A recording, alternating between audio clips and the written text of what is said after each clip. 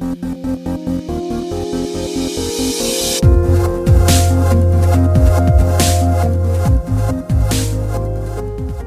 and welcome to the Startups of London podcast.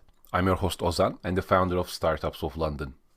Today I'm joined by Richard Harries, CEO of Cofndrs, which is spelled as Cofndrs.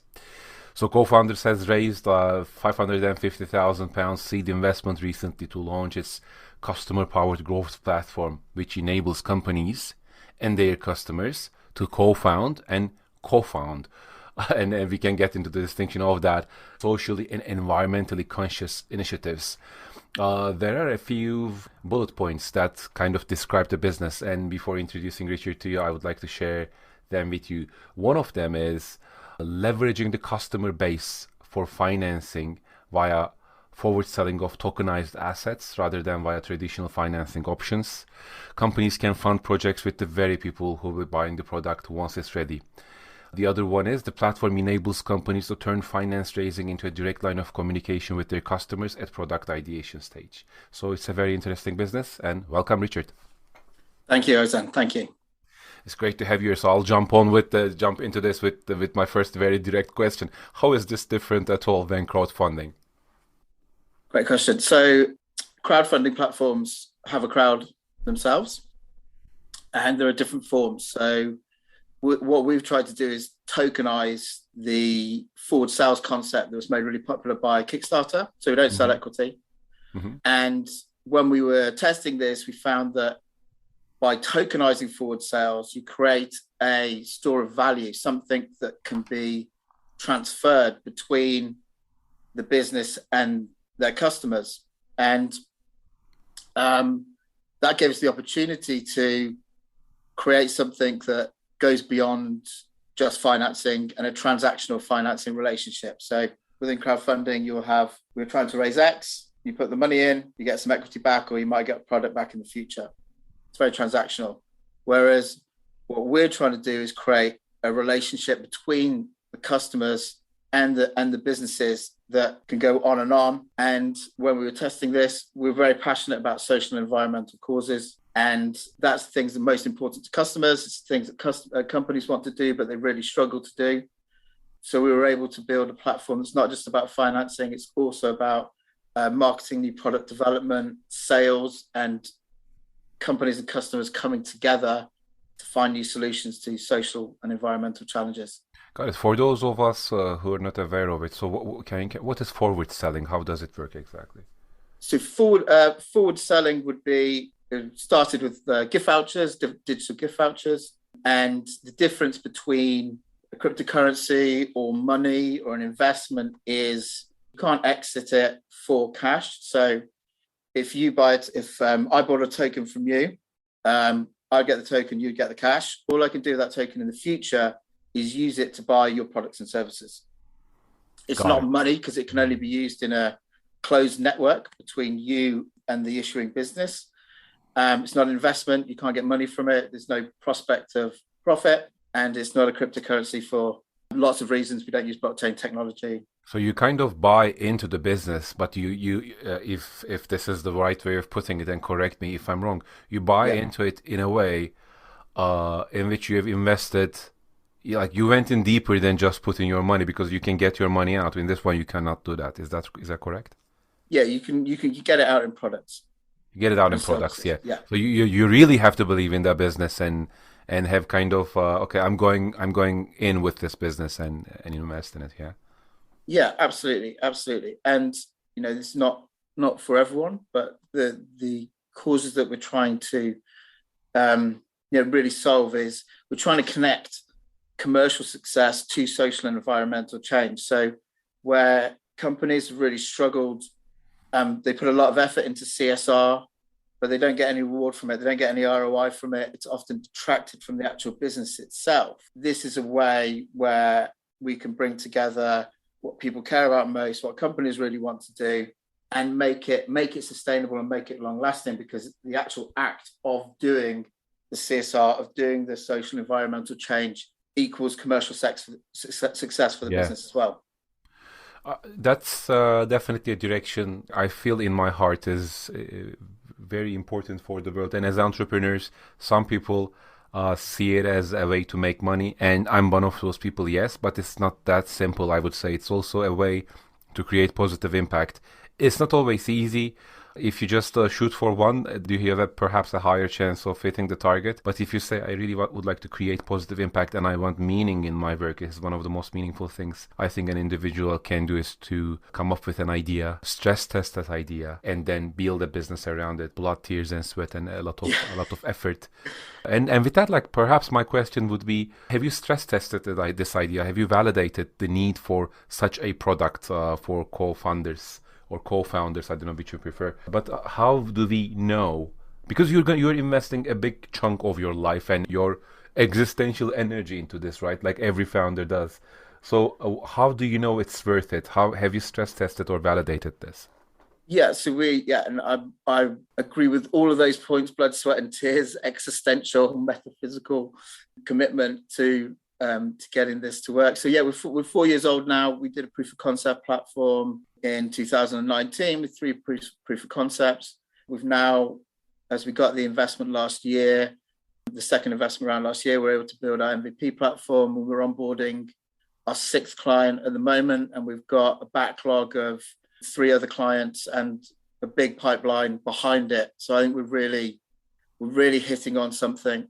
The actual background to it was that people, when you take financing out of the financial system is very logical. When people are making decisions, you have frameworks of understanding, and it's all focused on the outcome of increasing the amount of money. But when you deal with people and humans are much more complicated than that. We're emotional beings. The most important things for us, it's the why are we doing things, not the what, not the outcome of it.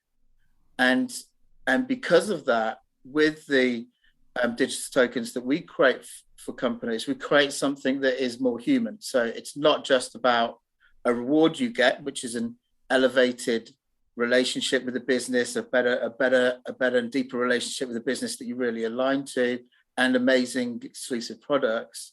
It's about the common cause that you have and the common vision and mission that you share with these businesses. And that was clear when we were testing out the concept initially in like 2018. We could see there was a big gap between what people wanted from a CSR perspective from businesses. There's a big gap from what the businesses were able to do. Yeah. The businesses themselves were trying to do on a spectrum of how much they're trying, but almost all businesses now are trying to do something. But there's a big gap there between them actually making that successful for their business. So we've got this, it was very clear to us early on that there's this huge kind of latent demand, both from businesses who are trying to do more but can't embed it into their business, and then customers themselves who wanted more out of their interactions. Yeah. And yeah, I mean, the demand we've got at the moment is really, well, it's great. It's great to see, because it's been theoretical until we got the investment last year and we were able to complete the MVP platform. I love what you said about the corporate social responsibility bit. I think that's a very impactful trajectory that could have been even more helpful of the world we are living in today. However, it went, I think, in the direction, it became tainted in a way. It went into the direction of more PR, and the value and the impact of CSR started to be measured in terms of how it would contribute to the bottom line and the revenue of the company, which I think is a backwards kind of logic, don't you think? Because that's kind of the exact reason why you're spending in CSR. It's sorry to jump in. It's difficult. I've worked in and with big businesses, medium businesses, and certainly any large organization, whether it's a bank, a consumer business, or even a government, they're hundreds, in some cases hundreds of years old, and their DNA has been to make a profit, and that's great. And then suddenly they're asked to change that DNA. It's incredibly difficult to then embed CSR into the actual business themselves. And Indeed. I'd say the vast majority would like to, But any business, the actual business is, look at you've got these huge geopolitical issues at the moment, but there's always been issues. The business is just trying to operationally reduce costs. It's trying to get product out and sell it. The innovation teams are trying to innovate and get new products out. CSR is trying to align the business in some way to the kind of social and environmental goals that they have, and it's just really difficult. But I'm an optimist. I'm positive, and greenwashing absolutely exists. But I think the fundamental challenge is not one of intent; it's one of how do you change the DNA of a business? It's about the rules of the game, perhaps.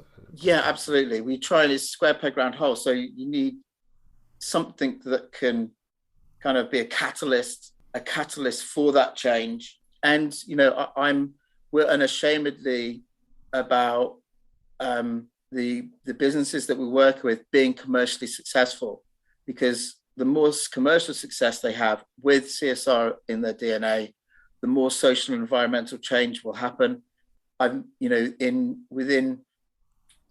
I just term it CSR, within CSR, I think my CIO mentioned there's kind of prophets. He said there's prophets and wizards. There's a lot of activists, and they're fantastic. They're pushing an agenda, changing the Overton window, but it's not necessarily the best basis for a business. So the amount of impact they can have in the world is limited by the commercial success that they can have. And similarly with big businesses, they can have commercial success, but they're limited with their ability to deliver the CSR. So that's really what we want to be a catalyst for. Which numbers do you look at the most as the CEO of the business when you wake up every day or every week, or perhaps quarterly? Which are the key metrics that you follow to feel the heartbeat of the business? It's a very good question. And at the moment, we're trying to keep things really simple. So we're very focused on just numbers of clients that we're acquiring. And then that is a factor of the resources that we have to deliver it. As I said, demand is big, and resources are always finite. So that's really what we're focused on at the moment. This year for us is about seeing it live in action in the real world with businesses and their customers using our platform. So at the moment, we're very focused on the actual client acquisition, but then increasingly, we've got 3 clients live now, and we'll have 6 live in a couple of weeks. And then in another month, we'll have hopefully over 10 live. Then we're really into the detail about how their customers are interacting with the businesses, how they're buying coins, are they using them to buy the products, when are they using them to finance? And then that's the data we're going to be looking at for the next phase of the business. Got it. And so talking about growth, keeping with that theme, how do you measure the growth in terms of reach, team, and revenue? So on those 3 verticals, how do you measure your growth? Where would you say you are today? So from a reach perspective, we're looking at, it's really a factor of the businesses and their customers. So that's a ratio, depends on the size of the business. So we've got some smaller businesses on our platform at the moment, and then we're bringing on some larger businesses. So at the moment, some of the brands that we've launched are launching with no customers. Some of the customers have some of the clients rather have hundreds of thousands of customers, and some that we have in the pipeline have millions of customers. Wow. So we're looking at the ratios, particularly of both new customer acquisition or customer conversion rates. So at the moment, it's very early days, but we've got customer conversion rates, I think it's 10.8%. Great. Which is really good. I will underline asterisks and put that in bold. It's early days. So maybe we'll check back in a year. And see. But still, it makes, I think, a lot of sense. And one of the good things about tracking data early on is you can actually see 10x, 30x growth in those early days. So then you can compare the speed of that change, almost the logarithmic version of that. I understand. I understand what you mean. So it makes a lot of sense. That data is really valuable, I think, for a lot of businesses. It feels irrelevant, but I think it's absolutely crucial that the tracking, that speed of change and how everything is going on. Yeah, And with that, I would like to kind of jump on to another point, which sure. is there are different sides to the business, and there's the tech. As a CEO, you have to be aware of all of them, and delegation is, of course, a key part of it as a Yeah, founder. But then because it's a small company, you have a level of involvement in these that is uncomparable to what you would have in a larger organization. yeah, absolutely. And the main verticals that I am usually looking at are technical, Yeah. product, and I would say to a certain amount of marketing, Hmm. sales, and people. So technical, product, marketing, sales, people seem to be the general dimensions. If you would compare these few with each other in terms of which of them are the most challenging for you as a business right now, or mission critical is another way to approach it, perhaps, rather than challenging. Which of these are you think are the most important to get right at this stage is for you to be able to grow really well? Yeah. Okay. So I'd say for us, I'm really pleased where we are on all of those points. I think as a business where we are, if it's about getting the clients on board, once you've got, nothing happens until you've actually got the clients operating. Downstream from that is then product, technical. Having said that, if I looked at our business, um, from a technical perspective, we've got internal, and then we also use a development partner in South Africa. Shout out Webtonics, absolutely fantastic. And for looking at the delivery and the quality Hmm. and the budget for that, I'm super pleased with where we are with that. From product perspective, we've got a CPO, and then product is something we're really looking at is an all court game. Everyone is involved with that. Marketing, sales and marketing at the moment is spread between myself and my co-founder Natasha, our COO. We're bringing on a sales and marketing, a couple of years experience in a couple of months, and we've got chief marketing officer as a part-time CMO. Shout out Lucy Wolfenden. A lot of shout outs maybe here at Ozan. And she's fantastic. She was the marketing director for Yolt fintech platform and head of Hmm. growth at Starling, and she was a responsible part of growing both those platforms significantly. So it's amazing just to have a mix of Hugely valuable insight. that kind of Yeah, expertise on a that part-time know-how. basis. Hmm. Yeah, it's incredibly valuable. And then so the commercial really is the sales and marketing. Then we have the product and the technical as well. And we've got a mix of. Oh, sorry, on the marketing side, we also have retained creative agency Outliers, and they do PR, branding, creative work as well. So we've got a mix, and even on the sales side, we use sales partners for the different verticals. So we're focused with purpose-led consumer businesses at the moment, but purpose-led businesses go across different verticals. So we've got cosmetics, fashion, food, and all other different kinds of sectors. We're looking at hospitality sector significantly as well. We've got partners that are sales partners in those markets looking at acquiring customers for us as well. So we've got a mix of a core full-time and a part-time team, and then we've got a mix of partners as well. That's quite a spread, and a lot of skill and a lot of talent. So yeah, that sounds absolutely fantastic.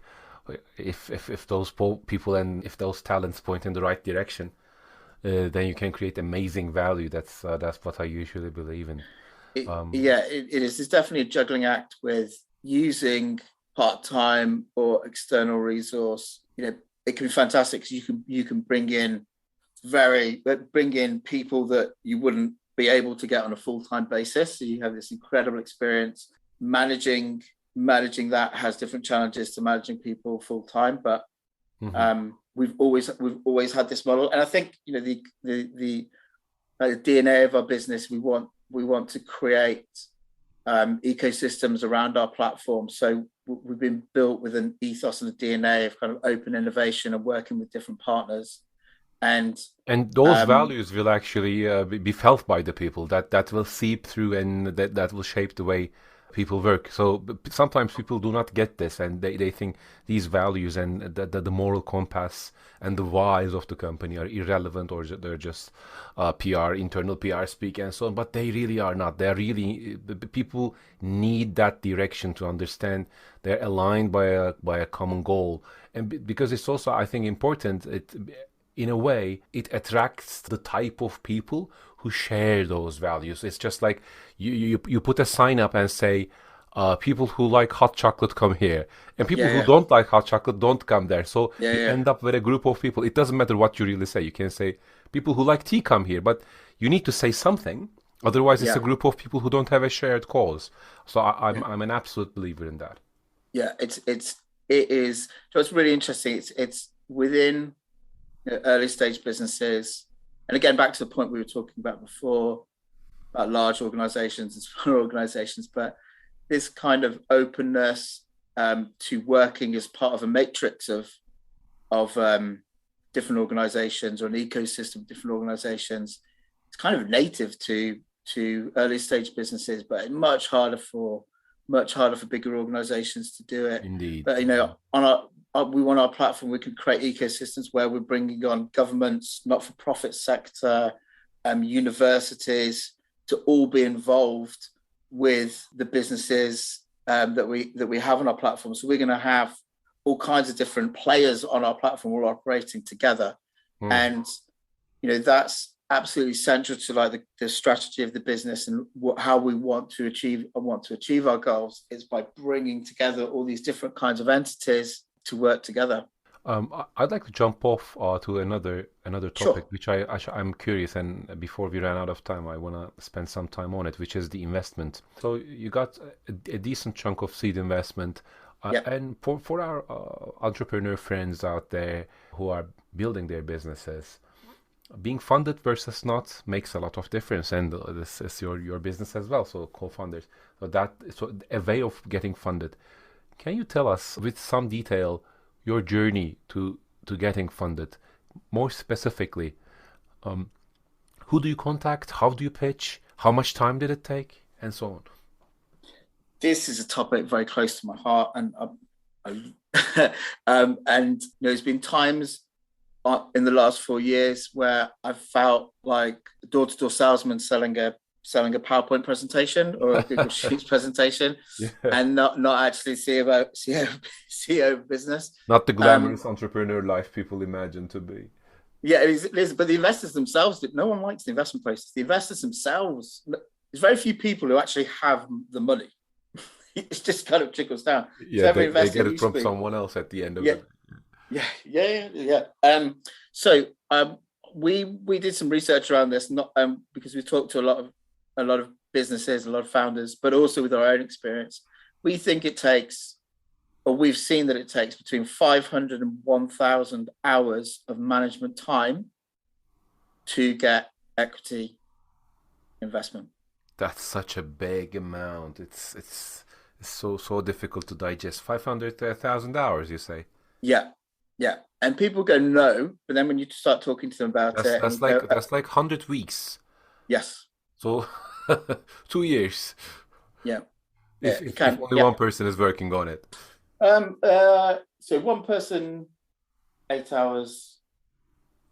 So 40 hours a week. It's a difficult. Yeah. So if you break down just creating a deck, the amount of time that takes, to then working out researching the different avenues that you're going to take, different people you're going to approach, then the time in actually approaching them, all the various meetings you have, then the internal meetings you've got to have about those meetings, and then through to closing out the rounds, the wonderful schemes in the UK, EIS, thank you, HMRC, EIS, SEIS. Yeah. It takes a lot of time. I created over 60 different legal documents for our last investment round. It takes a lot of time. And the way I think it's basically, you've got, depends how much you're raising. It's quite hard. It's easier to get something, 100,000 or 200,000 friends, family, angels. And then there's a bit of a gray area between that and if you're looking to raise over 5 million. But we've so far we looked firstly our own network and leveraging that as much as possible, and that is both people who could directly invest in us or people who might know people who could invest in us. Then there's no end of kind of angel communities or platforms that you can apply to. And then also you're directly approaching or networking with professional investment community, family offices, funds. And then also it's definitely worth looking at grants as well. Yeah. Difficult, and the chance of success, it can be challenging, but then so is the actual investment. And then I think for the last round, I had contact with over 300 people to get to the 3 investors. Well, what were the things that impressed them the most, that really excited them to, okay, I'll go invest in it? Well, and you must have felt that. Which arguments, which data, which facts and stories about the business really excited the investors? So what I've found is a really good question. What I found is the investor community is not a homogenous market. It's everyone or every organization has their own individual interests. There's a industry standard base layer of communicative assets that you need to create. Problem, opportunity, solution, team, market, competition, etc. But actually, when you get into it, it's a factor of timing. I think timing is the most important thing. And that is almost impossible to judge beforehand. I've met loads of investors who would invest in us, but it was not necessarily at the right time for them. I see. I think the family office who invested in us. They've got some let's say lower risk. Investing in startups is a high risk enterprise, and then they just got to a phase where they were looking at more high risk part of the portfolio. Another of our investors was a high net worth. They just made a lot of money out of crypto, and they're looking to put that into more real world assets, and they like the connection between what we're doing and what they'd seen in crypto. It's a very varied landscape. Very varied. In my experience, from I would say vicarious indirect experience mostly, because I've built a few businesses myself, startups of London being one of them, but we've never aggressively pursued the route of seeking external investments because of this very reason. It takes a lot of time, and I always thought, and I still do, for some type of businesses, not all, it makes sense to spend that time into actually building the business and becoming customer funded in a way. Not perhaps in the sense that you're using, but in the more traditional sense. When people buy your products or services, they essentially fund your business through an exchange of value that you create for them. And I think that's at the end almost boring. It's what a small business is. Rather than these recent terminology around startups and so on. If like this concept is true, if you go to 1700s, 1800s, and so on type of a thing, you provide value to people. They exchange something of value they have with the thing that they want from you, which funds the business. Yeah. The problem with that is there's a certain speed to how you can grow a business in that way. That takes longer amount of time. If you have £200,000 to burn in 3 months, then you can get to that point 3 years earlier. Sometimes it's just a race with some industries, and it's rightly so, because people want to. And this does have a value from the consumer perspective as well. Imagine you are in need of a certain product because of a new technological change. So you have a mobile phone, now you want an app in it. Rather than it's taking 7 years to get that app, you get it in 6 months, and then you start using it, and that's only possible with the power of investment. So my opinion on that has changed somewhat in the last 3 or 4 years. Now I'm a bigger fan of getting investments, and there's also some risk appetite from the market as well. Like money looks for places to go, and there are a lot of people who have money. There are a lot of organizations who have, and they want to diversify. And it might be too risky for you and I to spend 500k on a startup. We are not sure if that's going to succeed, because if it's all of our life savings. But within a much larger portfolio, it does actually make a lot of sense to diversify some of it into things like startups. So that's something I've came to learn and appreciate in time as well. But with that in mind, we are out of time, unfortunately. Richard, is there anything you would like to add? Any shout out about the business? Are you hiring? Are you looking for new customers? I'll give the microphone over to you for the closing. Yes, if you are a purpose-led business and you know the best way for you to grow is through your customers, please get in touch. I'm easy-ish to find.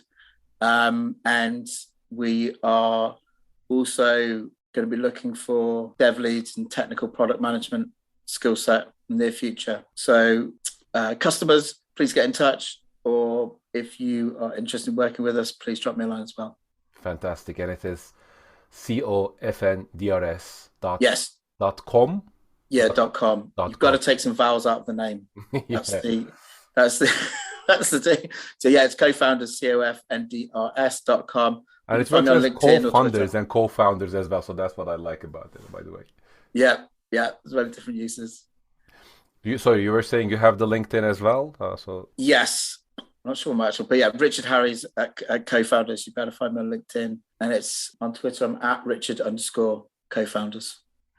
Thank you very much for taking the time to join this chat today, Richard. I do appreciate it. It was a blast. Thank you. Yeah, really enjoyed it, Ozan. Thank you.